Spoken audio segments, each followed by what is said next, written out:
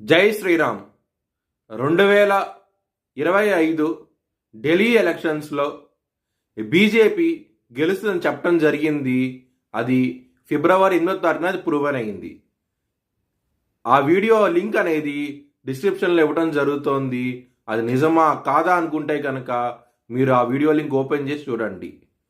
2022 నుంచి 2025 ఫిబ్రవరి వరకు మొత్తం 16 ప్రిడిక్షన్స్ అనేవి ప్రూవన్ అయ్యాయి.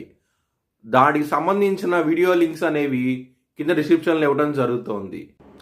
మేషరాశికి అధిపతి కుజుడు. మేషరాశిలో భరణి 4 పాదాలు, అశ్విని 4 పాదాలు, కృత్తిక 1వ పాదం ఉంటుంది.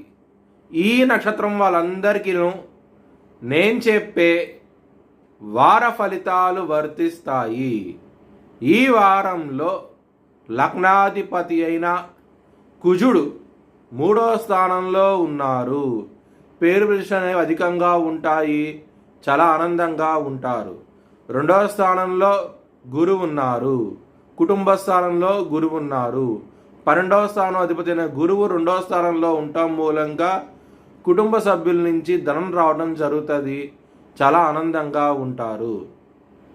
12వ స్థానంలో బుధుడు నీచబడి ఉన్నారు.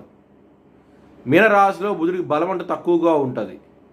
మరియు శుక్రుడు ఉన్నారు, రాహువు, సూర్యుడు, ఇన్ని గ్రహాలు ఉండటం మూలంగా 12వ స్థానంలో ఎవరికైనా సరే ధనం ఇస్తే కనుక అది వచ్చే అవకాశాలు చాలా తక్కువగా ఉన్నాయి.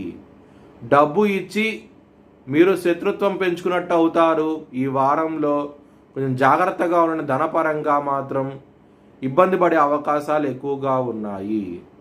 సప్తమాధిపతి అయిన శుక్రుడు 12వ స్థానంలో ఉండి రాహుతో కలిసి ఉండటం మూలంగా మ్యారేజ్ పరంగా కొంచెం ఇబ్బందికరంగా ఉంటుంది. లలితా సహస్రం పారాయణం చేస్తే కనుక చాలా మంచి ఫలితాలంటూ ఉంటాయి. 6వ స్థానం అధిపతి అయిన బుధుడు నీచబడి ఉన్నారు. శత్రువులతో జాగ్రత్తగా ఉండండి. శత్రువులతో గొడవలంటూ అధికంగా ఉంటాయి. కాలభైరవాష్టకాన్ని చదువుకోండి. శత్రువుల నుంచి విజయం సాధించే అవకాశాలు ఎక్కువగా ఉన్నాయి. లాభస్థానంలో శని ఉన్నారు. శని భగవానుడు మీకు 12వ స్థానానికి రాబోతున్నారు. దానికి కావాల్సిన నెగిటివ్ డెవలప్మెంట్స్ అనేవి ఈ వారం నుంచి స్టార్ట్ అవుతాయి. ఎవరికైతే శని కనుక బలహీనంగా ఉంటారో జన్మ జాతకంలో వారికి మాత్రమే ఇది వర్తిస్తుంది.